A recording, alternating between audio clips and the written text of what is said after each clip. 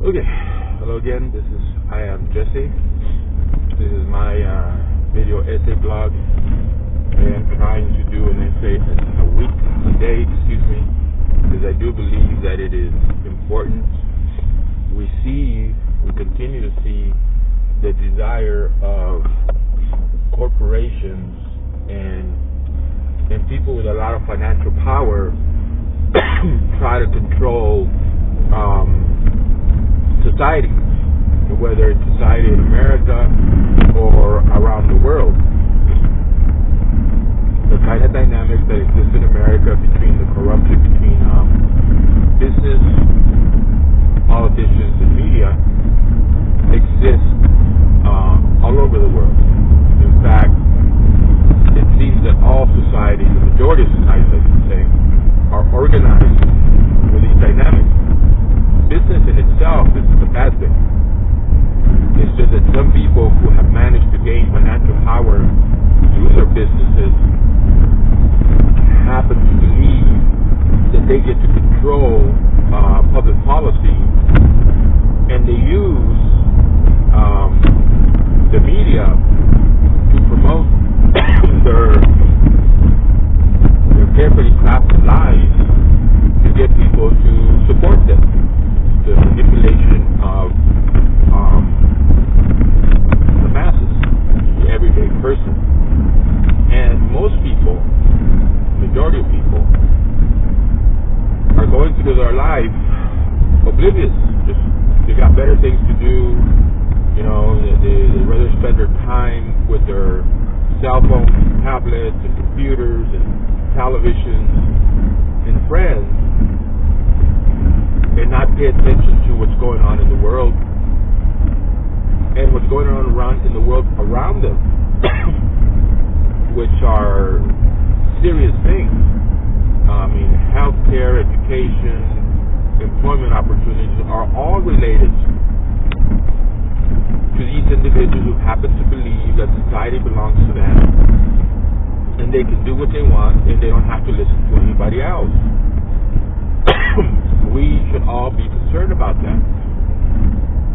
Instead of, wondering what's going to happen in the next episode of our favorite television show, we should be aware of what people are doing to manipulate these senators, the American senators and American representatives in the U.S. Congress to get them to do what benefits them, what helps them.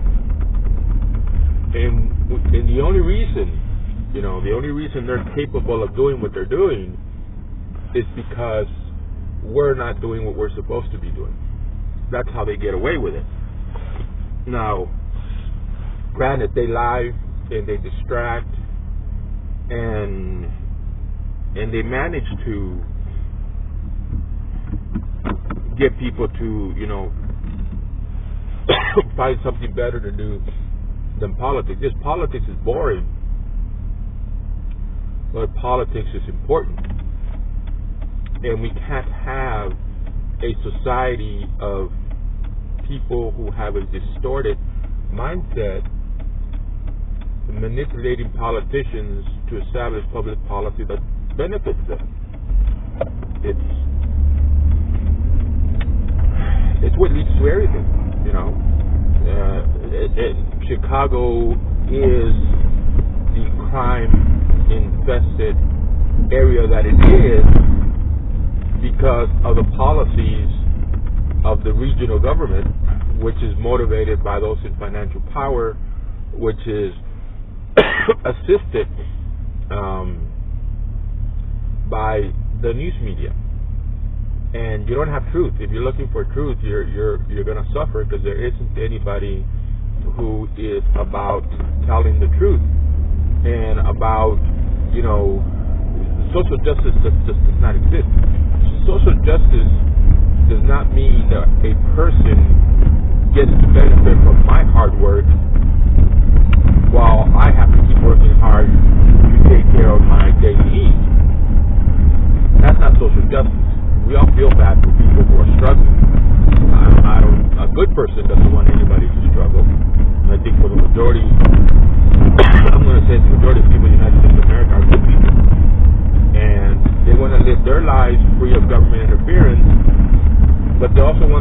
lives where they get to keep what they've earned.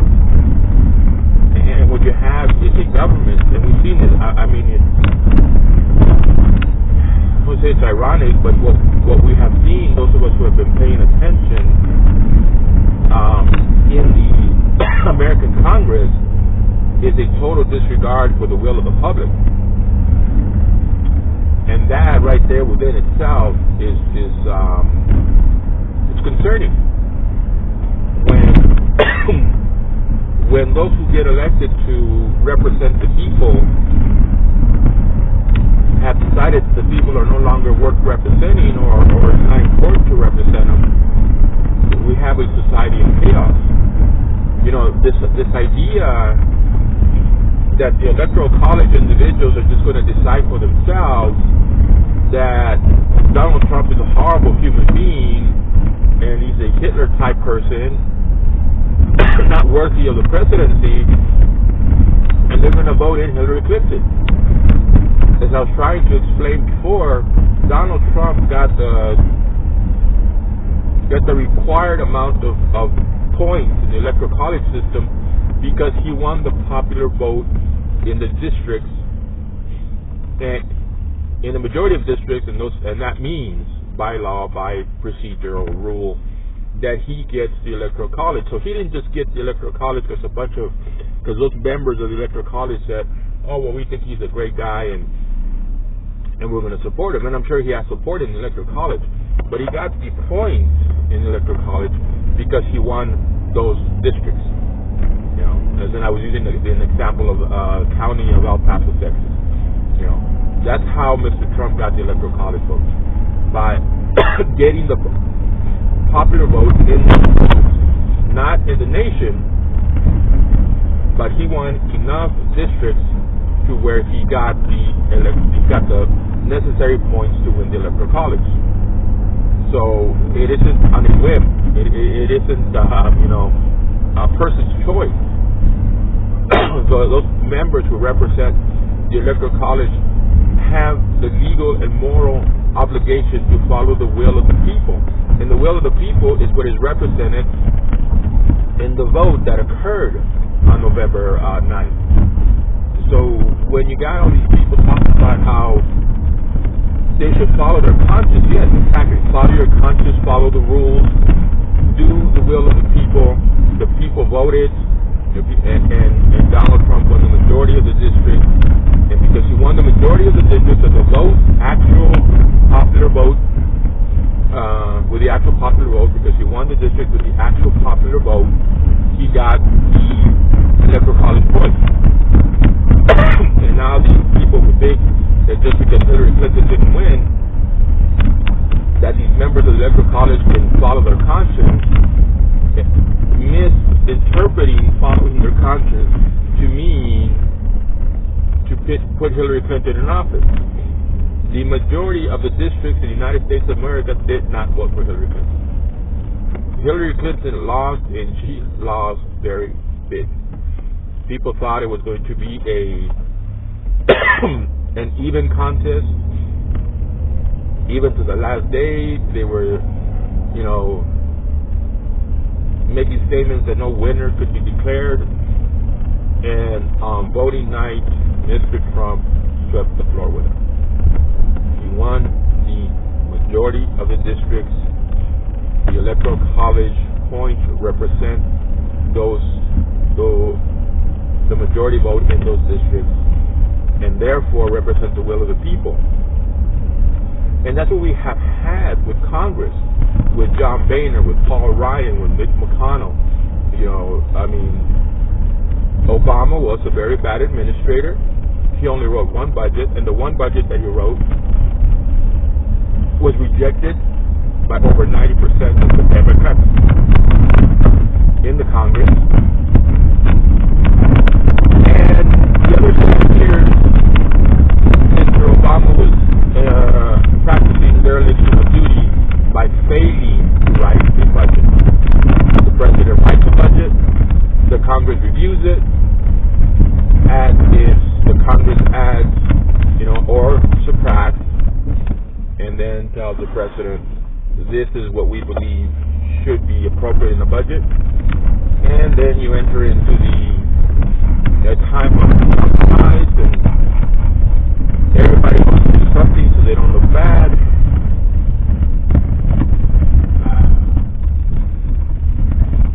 So what the president wanted is everything he wanted, and what the Congress wanted is everything the Congress wanted, but something gets done so the people don't see an inept, ineffective government. Obama didn't do that. He's a horrible administrator, and the question's got to be, why in the world would you want to have a Hillary Clinton, who would probably be worst administrator, in charge of the government, knowing, who Hillary Clinton is and the way Democrats run their business. And it's sad that they have decided, in America, this is what I have never seen it before. Have there been things that happen behind closed doors that Americans are not aware of, going on between the Congress and the president? Yes, always happen. But now it's just blatant. Now it's just a blatant disregard of the will of the public, and that's dangerous. If those members of the Electoral College, for some odd reason, decide that they're not going to respect the will of the people, you're going to have chaos. You're going to have civil war. You're going to have anarchy. Because though many people don't understand the Electoral College, doing away with the structures that people believe in, specifically voting, votes leading to majorities in districts, and those majority in districts leading to points in the Electoral College, votes from the Electoral College members, if that's what you want to call it. And if those people who voted in the majority, expecting Donald Trump to take the office of the president, are disappointed, and they're disappointed not because the procedures were followed and Hillary Clinton won. They're disappointed because the procedures were followed, and then the Electoral College members decided to do their own thing. Granted, they have that ability, but they got to ask themselves, are they there to represent themselves, or are they there to represent the members of districts who voted in the majority for Donald Trump and do the will of the people? And what we don't have anymore is a respect for the will of the people. We're talking about, the sad thing is that we're talking about basic common sense. Common sense like you don't spend more money than you have. Common sense like you don't invite a dangerous person over for dinner. Common sense like if you got enough money to take care of your family, you don't start inviting strangers in. It is tragic what happens around the world, what happens in Mexico, Afghanistan, Iraq, the African nations, Latin American nations, what is going on in Brazil and Venezuela is rather tragic. I'll agree to that. And the tragedy is compounded because I have not heard of any kind of humanitarian assistance for these areas. I've heard of what's happened, the financial collapse of the region, and it is ironic that two nations with a lot of oil are bankrupt. They still have oil. They didn't run out of oil. What happened is that Americans started producing oil. Arab nations don't want the Americans to win financially, so they started to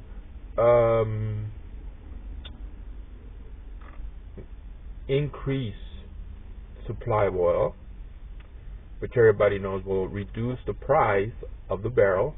And for a long time, what is called the international barrel of oil, which is how oil sales are measured, was under $50. In fact, for a while there, it was under $40. Where it had been, I think the highest price I heard was $135 a barrel. So maybe Venezuela, Brazil were handling business thinking that the price of the barrel of oil was always going to stay at above 100 or near $135, and they handled their financial business under that assumption.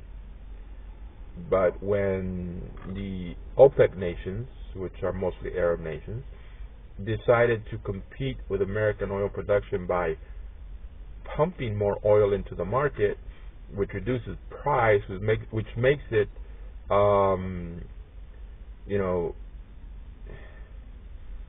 if the production cost of a barrel of oil for you is $70,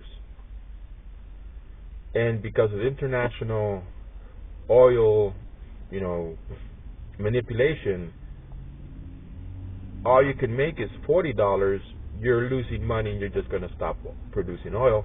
And that's what the OPEC nations hope to do every single time that American oil production takes off. The OPEC nations decide to start glutting the market with oil, so the price of a barrel will be reduced, and it'll be financially, you just won't be able to make money when you're having to pay your production costs, your labor, your machinery, everything that is involved. It's costing you $70 a barrel, but the barrel of oil is selling at $40. It's just not, you just cannot conduct business under those conditions. So if you're invested as a nation like Brazil or Venezuela on oil, and the price of the barrel of oil loses $80, and you were conducting your business under the assumption that oil will always be over $100, you're going to, you spent a lot of money you didn't have to spend, and you're suffering the consequences of it. And at a point in time where you need money, you can't generate money from from oil sales, because your production cost is $60 a barrel and the price of the barrel is at $40. But oil is just oil. There's a lot that contributes to the economic circumstances of a nation, a lot. And the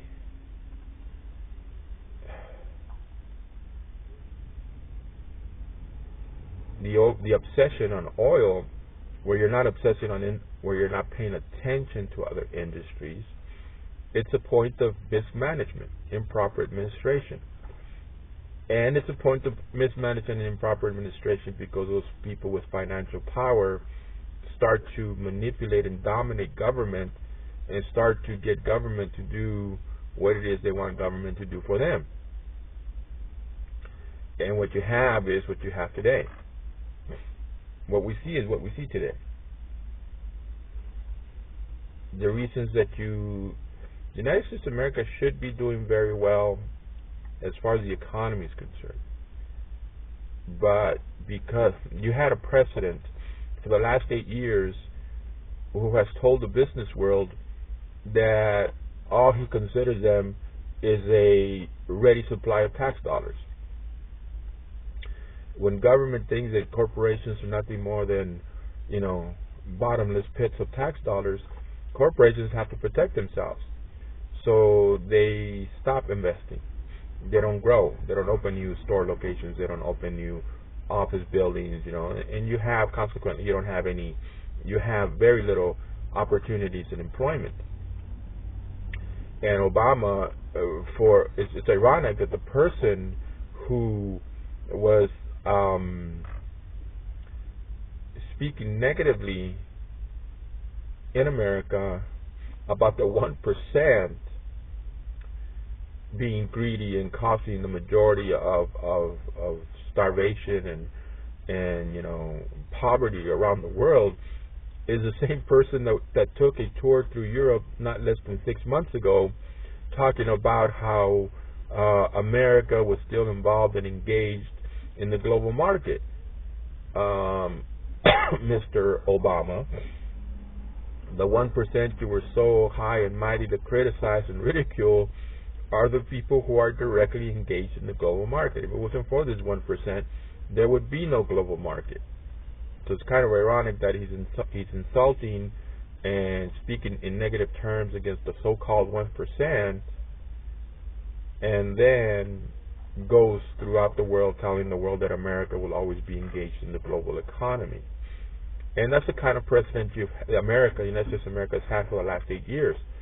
Just a complete and utter fool that doesn't understand that he has limitations, that it isn't his way and everybody has to do what he says.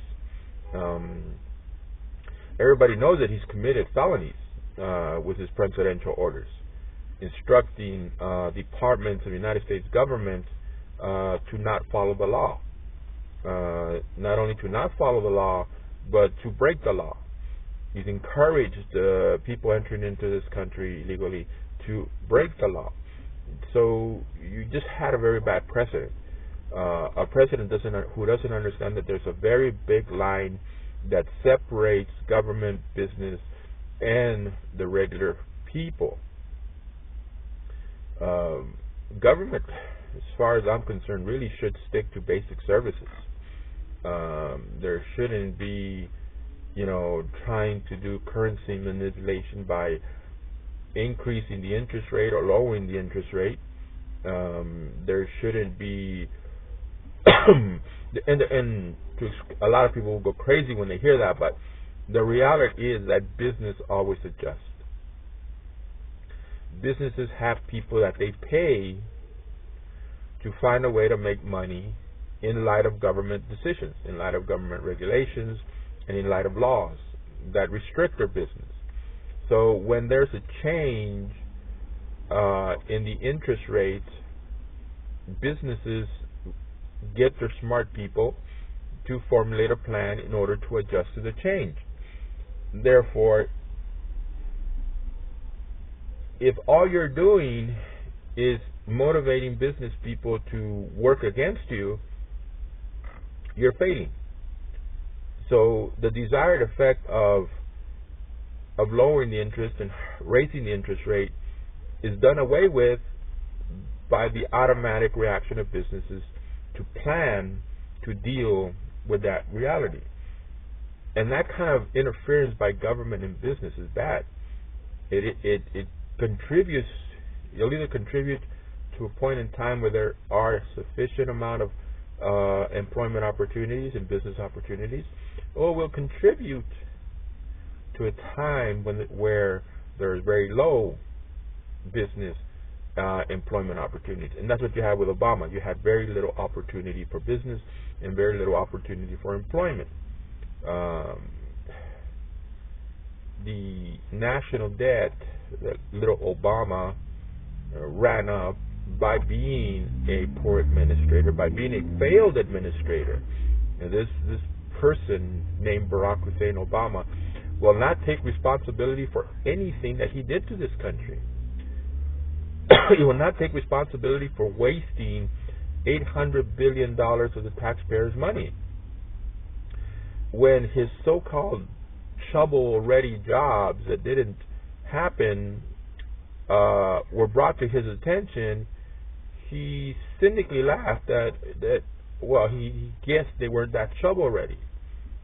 I mean, either you know what you're doing or you don't know what you're doing. And what Obama showed us is that he does not know what he was doing. He should have never been elected president. He knew nothing about administrating a government. Many departments under his so-called administration were completely out of control. We kept hearing about the United States Postal Service being bankrupt, and to this day it has not recovered. It isn't a quality department of the United States government.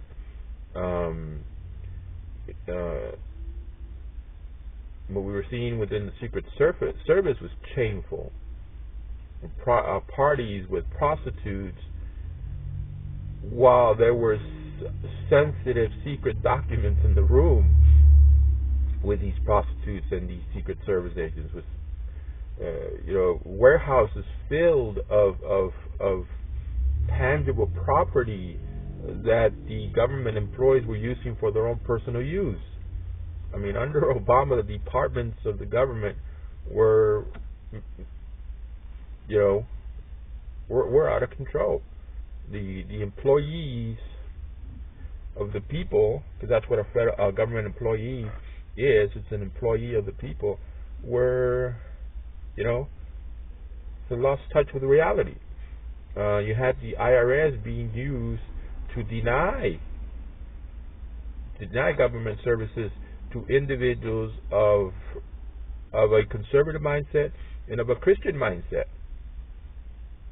The government denying services to people for no other reason than religion, or that they disagree politically with the president, which to this day has not been answered. And that's a poor administrator. That happens to come from the top. I don't care whether he was directly involved in it or not. The reality is that he's the guy in charge. And if it happened because he's a poor administrator, because he doesn't pay attention, because he doesn't want to do his job, because he happens to believe that his job is to be the social president. And that's not the President of the United States of America. The President of the United States of America is an accountant. It's a business manager. It's a business administrator. It's a person who goes through the departments of the government and makes sure they're doing what they're supposed to be doing. The person who has regular meetings with directors of departments and audits them and asks them serious questions as to why, they're purchasing pencils that cost $20 each. And that's a reality. People thought that President Obama was there to promote and help homosexual social justice. And one of the things that we have learned, one of the ironic things that we have learned from the so-called, freedom for the individuals of the homosexual community, is we have learned that the most intolerant community of people happens to be people of the homosexual mindset. They were complaining that they were not treated right. They were complaining that they wanted equal rights and equal protection. And apparently they used their, being lifted up in social, in society, to attack and harm individuals who did not agree with them. You have the right as a Christian not to make wedding cakes for a Christian wedding, for a homosexual wedding. The Constitution protects your religious rights. The First Amendment of the United States of America is that government will make no religion. Government will not tell people what to believe, what religion to follow. That's the First Amendment. So the individual has the right to his or her own religion. Many of us are not in agreement with devil worshippers, but under the American system of freedom, under the testimony of the Constitution does not give rights. The Constitution testifies to the fact that people have rights that they are born with. They have human rights, have the right to life, have the right to freedom.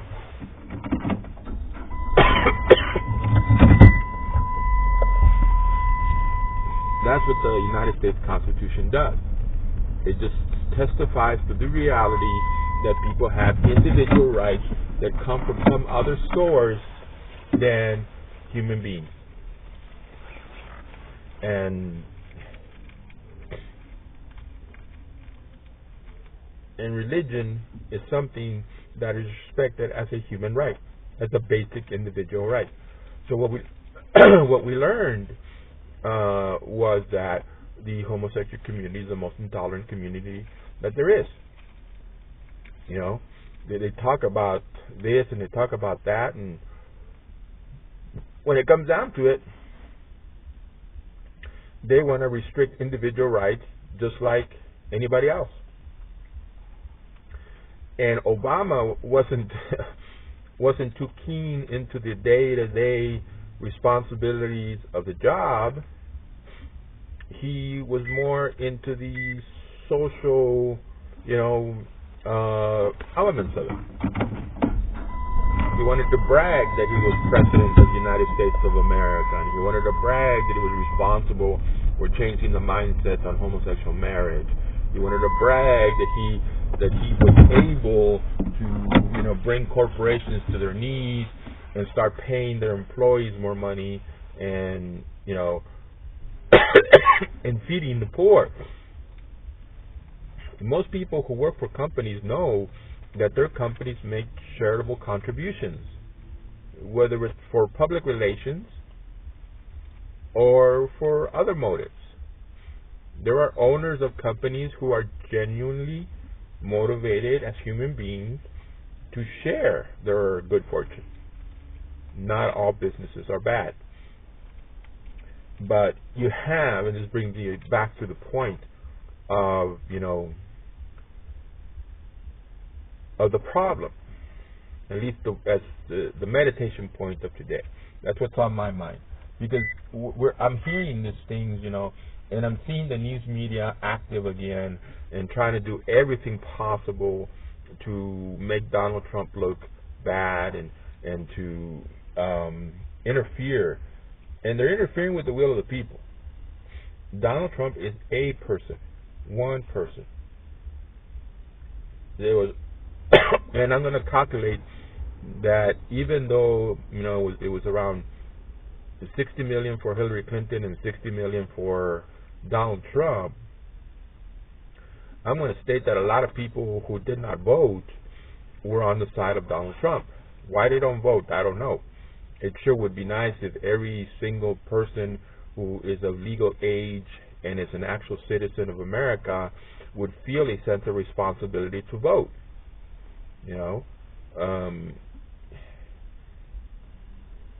If your honest, heartfelt choice was Hillary Clinton, okay, did you vote? And what we hear from a lot of people who are disappointed that Hillary Clinton didn't win is we hear they didn't bother themselves to vote. I mean, that's, I don't know if it's cynicism, but it sure is moral corruption, where you're complaining that Donald Trump won, but you didn't bother to vote. What is it exactly that you want to happen? That people automatically read your mind and come to the conclusion that you're in favor of this political candidate over that political candidate?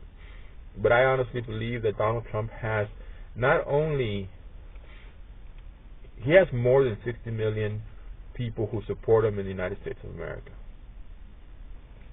So when you fight Donald Trump, you fight the people who voted for Trump, who support the policies of Trump. And the policies of Trump are not inhumane. If they're anything, they're compassionate, because they start to put the American first.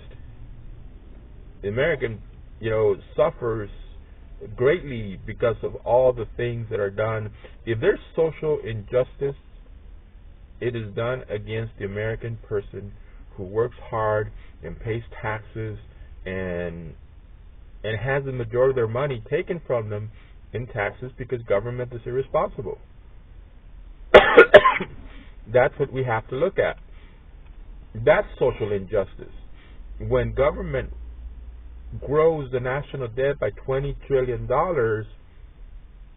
and leaves the burden of paying that to the citizen, when the citizen doesn't have money, when the citizen is paying 75% of his or her earnings to the government, that is money that the citizen does not have to live his or her life.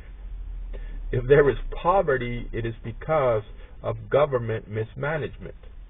of poor administration by presidents, poor administrations by representatives, poor administration by senators. You know, again, we're talking about common sense issues. We're not talking about, you know, things that require PhDs and 30 years of working in an industry to understand. We're talking about the basics. How do you manage a department of government? What is the correct role of government? Government is not there for social justice. You know, government is there to count pennies, nickels, and dimes, and to be responsible with the tax dollars of the individuals who pay taxes in America. Illegal immigration is a great financial burden on the American taxpayer. Not only to fight it, not only for the courts and the Border Patrol agents, but also everything else that comes with it. The gangs, the broken down homes and broken down automobiles, and using the emergency using the emergency rooms of government hospitals as their own personal free clinic. There are great consequences. The last video I made was on the morality of the people of Mexico, because I think people should understand we're not equal. We're not all equal. We're made equal, but we are not all equal. Not all of us run red lights. Not all of us run stop signs. Not all of us speed, and even speed in school zones. You know, most of us are good and decent, responsible individuals. Most of us. But there's a particular group of people who do not have our morality, who do not have our sense of community, and you know, who don't steal. I see here in El Paso, Texas, a lot of vehicles running or driving around with a window broken, and they're coming there with a plastic bag or a trash bag and tape. Somebody broke into their vehicle and somebody stole their private property. There are individuals who break into vehicles and steal private property, and that's an indicator of their morality. And if you have bad morality, if you have bad ethics, you're not making a positive contribution to society. You're making a negative contribution to society. You're costing money to society by breaking windows, you know, and by driving without insurance, by being the reason that there has to be so many court systems and Border Patrol agents and detention centers. And your immorality is harming people. We have to get it into our heads that the people who follow Islam and who want to consider all of us infidels and cut off our heads have very poor morality. It is not a religion of peace. It is correct. It is correct for Mr. Donald Trump and the people who supported Donald Trump to be concerned about the individuals who are going to be coming, you know, in the midst of refugees. We don't want to be inhumane. We don't want children to suffer. We don't want children to become victims of rockets or gunfire. We're concerned. You know, we are human beings. We have hearts. We know that they are our brothers and sisters in the human race, and we want to do what we can do, but we don't want to be doing something that ultimately results in our destruction. So it is correct to want to know who is coming into this country in these groups of refugees. That's not an inhumane thing. That's very compassionate, and it's very compassionate towards the American, towards the person who's going to be the victim of terrorism in America. And we have seen it. We saw it in the Boston Day marathon attack. We saw it in San Bernardino. We saw it in Orlando. We saw it in what people call the underwear bomber. We saw it in the Christmas Day bomber, in the shootings on military bases, in the shootings at offices of military recruiters. We've seen terroristic attacks on Americans by individuals who came into this country, and some of them came into this country under very suspicious circumstances. there's nothing wrong with saying, I'm sorry, Mexico, you just cannot continue to allow your people to come into this country legally. There has to be a cutoff. There has to be an understanding that people who commit crimes don't have American values. And it is correct for the American people to demand that individuals who come into their country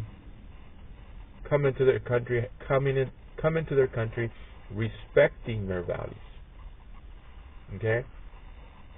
And when you're breaking the law, good American values do not involve breaking the law. Good American values, are part of following the law. Disrespecting the law is not an American value, even though it's starting to seem that way, because we're starting to look like people who will do whatever we want because it's convenient for us. That's a serious attack on society. I'm going to say it again. Every single person who runs a red light, who runs a stop sign, who speeds, is threatening society. It's a threat to society, just as much as a terrorist is. And we, as a people group, cannot succeed as a people group if we have these individuals around us who are threatening us with their criminal, immoral, and unethical behavior. These are important issues. These are issues that are no longer talked about. Kindness and community, unity, understanding that we do have shared interests, understanding that if America fails, we all fail. This idea promoted by the media that there's some kind of injustice. Look, life is cruel. Life has always been cruel. As long as we live, we're going to be living in the shadow of the cruelty of life. That does not mean that we get to throw our hands up and say, oh, well, there's nothing we can do. We just better give up and do what everybody else is doing. We have a moral, ethical obligation to ourselves, and we have a moral and ethical obligation to our neighbors to try to be the best kind of people that we can be, to be a pleasant member of society, a peaceful member of society, and to contribute to social order. There's nothing wrong with being kind. There's nothing wrong with being polite. There's nothing wrong with being respectful. There's nothing wrong with seeing people as being created in the image of God and who have to be loved as God loves them. It isn't our job to be tearing our neighbor down by giving them looks, by ridiculing them. Again, I went to Walmart for groceries, and again, I had to deal with these Hispanics who are so proud that they'll look at anybody, they'll give dirty looks to anybody who they think is white. I don't mind. I personally do not mind when people think that I'm from the white Caucasian American experience. I honestly don't mind. I mind when people think that they can sneer at me, give me their dirty looks. This cashier didn't even want to say hello, which is fine. Don't say hello. Do your job and rack up the groceries and put them in a plastic bag and let me know, how much I owe you. I'll pay you. I'll take my groceries home with me. I'm not at Walmart to be loved. I'm there to conduct business. And it's sad that these people have been motivated by what they see on the media to honestly believe that people who work, people who succeed, have somehow harmed other people. Whatever your reality was, if at 18 your dad turned over the family business, that's your good fortune. Nobody should hate you for it. And if you have to run a business, and the reality is that running your business means you can only pay people $8 an hour, there's nothing wrong with that. That's reality. You can't change reality. You know, people don't understand that when you raise prices, you know, individuals may not purchase your products. When government forces companies to raise prices, its government is forcing a financial burden, a new expense. That has to be made up somewhere, or the company is going to fail. You know, if all you can afford is to pay $8 an hour and government forces you to pay $15 an hour, you have just incurred a major expense. You have to make that up. That means you have to raise your prices. That means you have to let some employees go. And that means those employees who are there are going to have to work that much harder. Businesses, you know, if the leadership of a business has a heart and wants to make charitable contributions, that's their business. No group of people should make them feel ashamed. You don't like a corporation, you don't like the values of a corporation, don't purchase their products. It's that simple. You want to have some control over what corporations do, how corporations behave? Don't purchase their products. Don't purchase their products and then send them an email telling them why it is you did not purchase their product. When a company receives 200,000, 500,000 emails telling them that I would have purchased your product except that you have this value that I don't appreciate, you're going to change the behavior. Now, manipulating corporations to take on anti-Christian political stances, Christians are going to win. Look at the NFL. People are saying that the NFL is losing viewership, which basically what they're saying is that people are not buying NFL shirts, NFL baseball caps, NFL jackets. They're not going to the games and paying $200 for a ticket. So what they're saying is that we're able to measure the lack of participation by money. They're saying that they're not making as much money as they used to make. And people think it has to do with Kaepernick, who would refuse to stand up during the national anthem. And I'm going to tell you something. It's you disagree politically with something, don't attach it to patriotism, because the American flag, the national anthem, is representative of everything that is good and decent in America, which means it's outside of politics.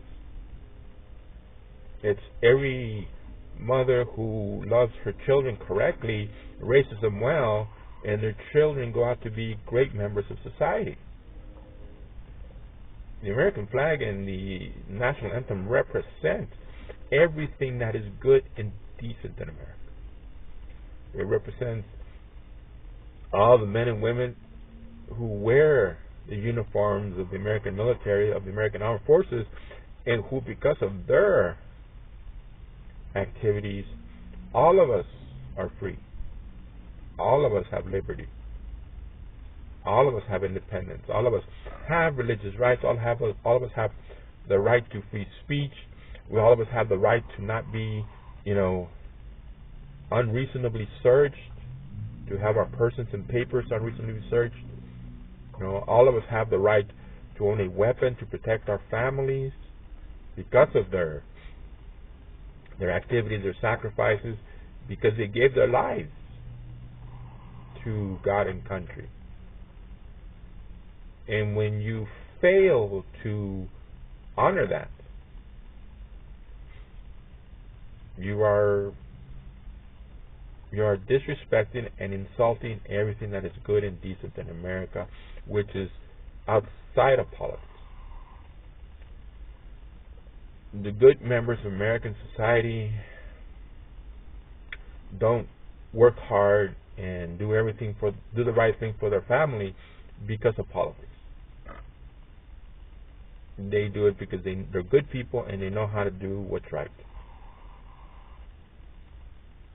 So to me, the NFL isn't losing money because of several individuals who have disrespected the flag and the national anthem, which in turn they have disrespected every good and decent person in America. They're losing money because they decided to take on anti-Christian stances. I have a problem with individual rights. Every person should have an equal opportunity. It's none of my business what people are doing in the privacy of their own homes.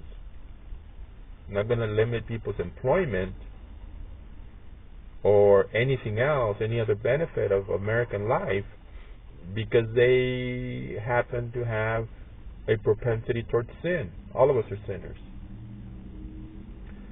But when you go out and say, we're not going to spend money in your state because of your governors and your state Congress position on this issue,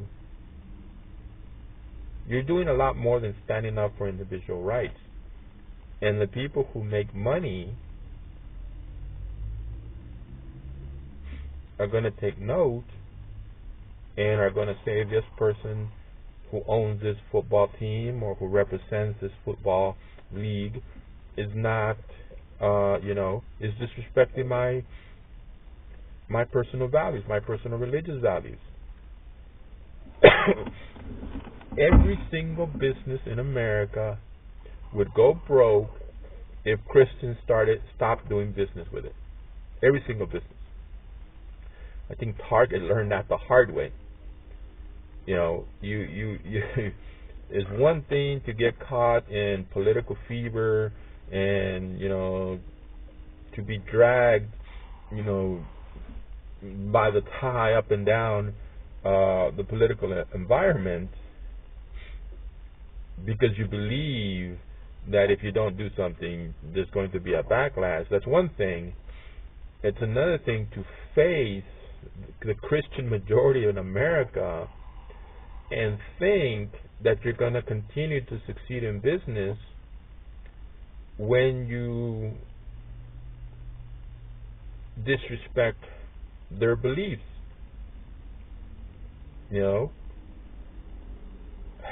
Singers, actors, professional athletes, if they have some degree of wealth, it is because Christians purchased their products. You will not succeed in America, in any place really. Very few places that you will succeed if the Christian is not your customer. This is going to be a very long video. I apparently have a lot to say, but if you want to go, and the reality is that a lot of movies, I cannot believe how vulgar, disgusting, they just want to, Hollywood movies, it looks like they just want to produce movies where they go as far over the edge as possible. It's no longer comedy, it's just vulgarity. And you gotta wonder why Christians are watching this crap. And it's Star Wars. I'm going to sit down and do a critical analysis of it, and I'm pretty sure I'm going to find 1,000 examples of vulgarity, innuendo, double meaning, and it's why they feel they have a need to do this to gain an audience. I just don't understand. But the reality is, if Christians don't purchase your products, you're going to fail. You're going to go bankrupt. So, and Christians need to start living their, they need to start living their allegiance to Christ. If they know the television show is vulgar, it's a very big toxic negative, they need to stop watching it. I can, not because I'm special, I can exist in almost any environment and it won't affect me. I keep telling people, I can stay day after day in a strip club. It won't bother me. It will not affect me. It won't make me do things that, I'm not going to become a drug dealer. I'm not going to become a murderer. not going to become a fornicator. Granted, shouldn't be there. That's not the issue. The issue is that there's some people who just are not strong in their faith, in their, in their relationship to God. Their faith is not even a secondary thing. It's way on the bottom of the list. To be in the Spirit, to listen to Christian music, to hang out with Christian friends, to be immersed in Christianity is not important. The other stuff of life, the iPhones, the tablets, the waiting out for the next Hollywood blockbuster, following professional sports teams, being part of a political system that preaches abortion and homosexuality, all those things are way more important than having an actual, honest, decent relationship with God. And as I have been saying, and I have been noticing that a lot of the Christian TV evangelists have actually been talking about how, pleasant individuals who are at peace, who understand what's good and decent in life, are necessary to have good societies. And that's without question. It's a benefit to the individual. It is. Kindness, politeness, respectful, peace, love, joy. It's a benefit to the individual. And as it's a benefit to the individual, it's also a benefit to society. I guess the idea a long time ago was that it was repressive, to be told to be home to have dinner with the family and to have to participate with prayer before a meal, to have to go to church, to not smoke, to not cuss, to wait till you were married to have sex. There was a rebellion against Christianity, against Christian values, because the idea was that it was repressive and almost tyrannical, to force people to do things that they didn't want to do, and what they didn't want to do was follow the rules, color within the lines. And let me tell you that this ultra liberalism, that's even more tyrannical than actually a structured, system of standards and values and principles and virtues. We have lost our decency, we have lost our kindness, we have lost our politeness, we have lost our respect for other people. I'm surprised that strangers, people I've never met, get into the taxi I operate thinking that we're going to communicate in the most vulgar terms possible. It is rare that a customer will hear me curse. It is very rare that a customer will hear me curse. But I have people coming into my taxi spitting foul words, bad words, call them what you want to call them,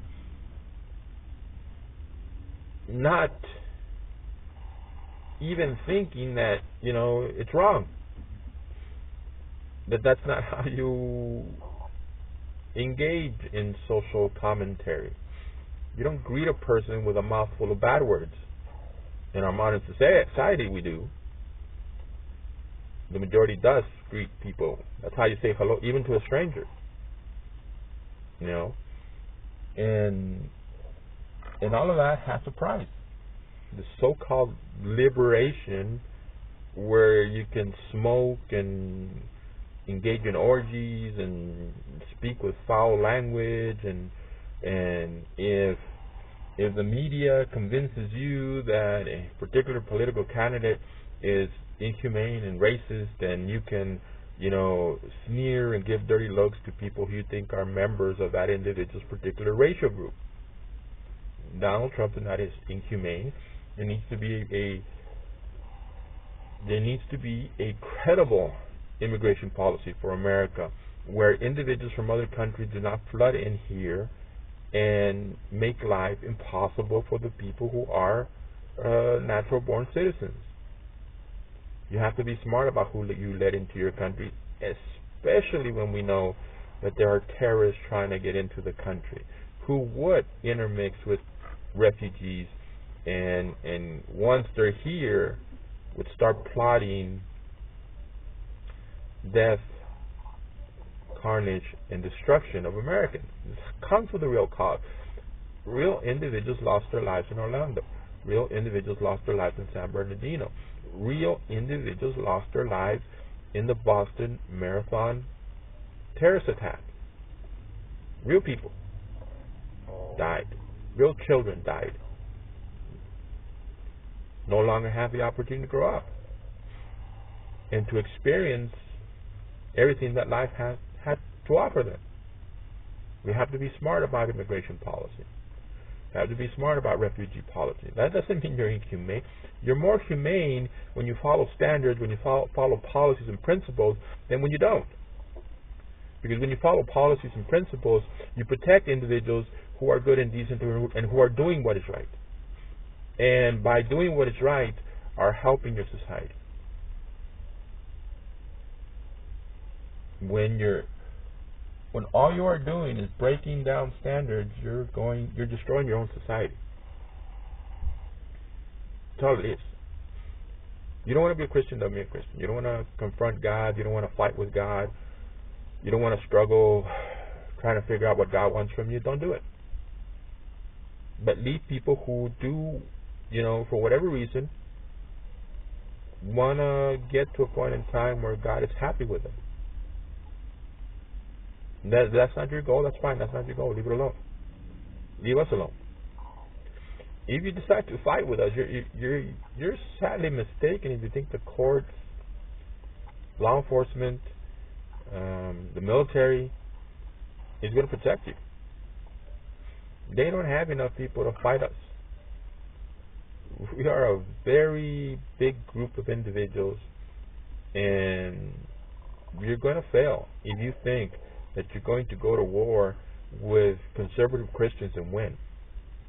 You go to war with conservative Christians, you're going to lose.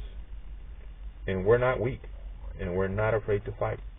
We will defend ourselves, and we will defend our values, our principles. You're not going to put us under the boot of a military. You're not going to put us in a camp, a concentration camp. Maybe there's plans in the American government for that, but let me tell you, you're going to have a very serious fight on your hands. You will not corral us, and because we're not going to go along with your little liberal, do what you want society. The only reason you have society is because of people who have values and principles, people who believe in marriage, people who love their children and raise them well. It's the only reason you have a society. You have society because of people who hustle and succeed and make their small business into a successful small business, or make their large corporation to a successful large corporation. That's why you have a society. That's why society is intact. The nonsense stupidity of Obama and his cohorts that you didn't build that's a very poor attitude. Yes, we did build it. We were the people there. We were the people investing the time, the sweat. We were the people with the migraines. We were the people fighting with our customers and trying to do everything possible to provide good service and good product. You had no ideas that made our businesses succeed. They were our ideas. We created from thin air. And with an idea, we forged a successful company that allows people to have employment. This nonsense stupidity that their way is the right way. We're supposed to do what they do. If all of us, were nothing but, consumers of pleasure, living sensual lives, society would be lost. If you look throughout history, the Roman, ironically, what killed the Roman Empire was sex and drugs. They felt like superior humans that could do anything they wanted to do, and started occupying their life was nothing but sex and drugs. And before you knew it, no one was in charge. Nobody was fixing the roads. Nobody was fixing the waterways. Nobody was taking care of the outskirts in the little towns that were away from the central power.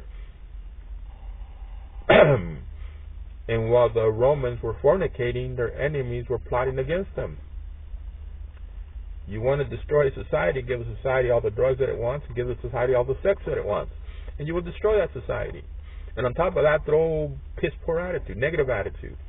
Convince people that what is right is wrong, and what is wrong is right, and you will destroy your society. And it appears that there are forces attempting to destroy the United States of America, and it appears that there's a whole bunch of Americans who want to join the party. You're not doing anything good because, you think you're living a life according to, any and all ideas that can cross your mind. You're not a great person. You're not someone to be revered. I'm surprised.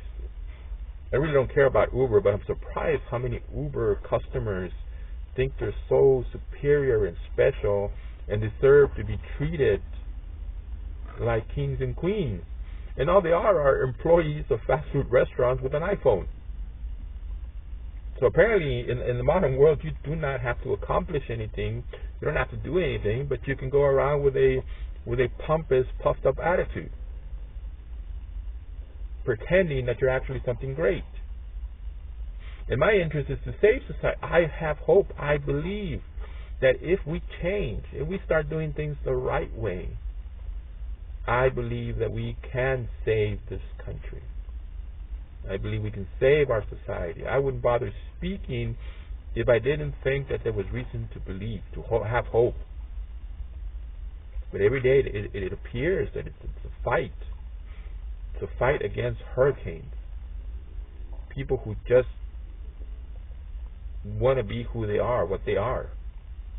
Have no understanding or respect for what is good and decent. How can you have a society if everybody wants to do away with what is good and decent? And where what is good and decent is supposed to reflect an individual's freedom to do whatever it is they want to do. There are restrictions in life. If you don't believe there are restrictions in life, go and drink a gallon of gasoline. And then burp and light the match. There are restrictions in life. Everywhere, everything has restrictions. And restrictions are not tyrannical dictators trying to rob you from life. Restrictions are there to protect you and make sure you do have a good life, a decent life. A God that tells us what is sin and to avoid sin is a God that loves us and is trying to keep us from harm. So it works.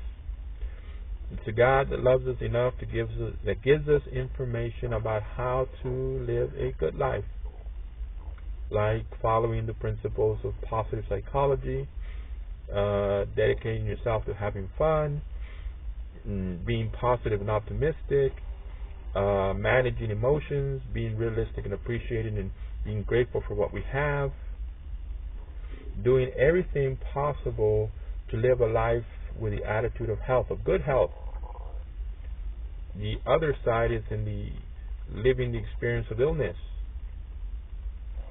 You can only drink alcohol. You can only drink so much alcohol before it actually kills you. There are limitations. There are restrictions. There is a right way to live life. And those of us who are living, let me say this with a great, growl. Those of us who are living good life shouldn't be, what's the word I want to use? Shouldn't be disheartened by those who are living bad lives. Be grateful for your good life. Appreciate your good life. Continue to live your good life. And don't pay attention to those people who are living their bad lives. If right now, today, the calendar year of 2016, ending 2016, it is good that you want to help other people, but don't get that close to people who are completely lost, doing their own thing. They'll get carried away. They are hurricanes. Don't mess up your life because of them. Keep your spirit. Keep your God. Keep your positive attitude. Look towards what is fun in life. Practice being optimistic and positive, grateful. Enjoy your friendships. Enjoy your family. when you confront emotional distress, look at it, evaluate it, put it in its place, manage your emotions, and pursue what's fun in life. Don't let anybody take your God away from you. Don't let anybody take the Holy Spirit away from you, your Bible. If they don't like it, that's their problem. I was doing meditation on a video that I was going to produce, and it's being respectful, a Christian being respectful at work. We can't be pests at the office. We don't help God in any shape, in any way, when we know we are wrong. Work is for work. It's not a place it's not a church. Churches are for ministry, for teaching the Bible. Well, that's what they're supposed to be for. Work is for work. If there's a rule, if there's a law that says that there's not to be proselytizing, we, as decent, meek, humble servants of the Lord, have to respect that rule. We have to respect that law. We don't help Jesus Christ. We hurt Jesus Christ because we make him look bad. We look like people who don't respect other people. So work is for work. If the opportunity presents itself during lunch in a respectful manner, yes, you can answer individuals' questions. There's no need for fights and trying to force somebody to believe what we believe. We have to be respectful of other people. I think I've said enough. We have to understand business corruption and political corruption and media corruption. The information out there is not the truth. We have to be responsible people and register to vote and choose political leaders who are worthy of our support. Donald Trump is not an inhumane person. Donald Trump is a compassionate person for wanting to protect Americans from the harms that surround them, which includes illegal immigration from Mexico. Nobody has the right to tell us what to believe. We can believe what we want to believe, and we can worship our God, and we can read our Bible. And every day we have choices to make. We can choose to have a fun life. We can choose to have a healthy life. We can choose to be positive and optimistic and hopeful. We know how to think, organize, plan, and act. We start small, and every accomplishment, makes us stronger. We gain confidence. We gain good self-esteem. That means we can continue to meet the challenges of life. Life doesn't have to be a horrible tragedy. Life can be a victory that we celebrate every day because we believe in ourselves and we use our personal skills to settle our emotions and to put ourselves in happy states of mind.